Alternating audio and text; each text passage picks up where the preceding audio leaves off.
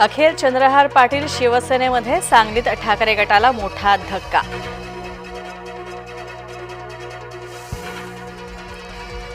Railway अपघातातील मृतांच्या कुटुंबियांना 5 लाखांची मदत जाहीर, मंत्री गिरीश महाजन यांची घोषणा।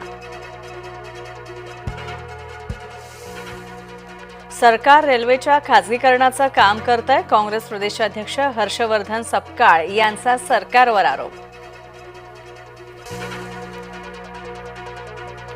अनेक वर्ष सत्तेत असताना काँग्रेसनं केलं काय, मंत्री गिरीश महाजन यांचा काँग्रेसला थेट सवाल।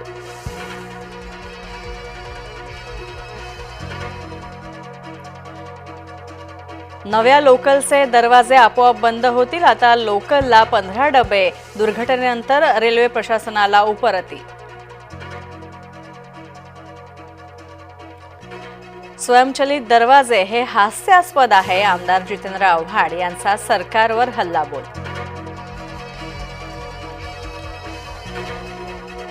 लोकलमधून 14 प्रवासी पडले, 4 जणांचा मृत्यू झाल्याची माहिती, मुंब्रा ते दिवा स्थानकादरम्यानचा अपघात।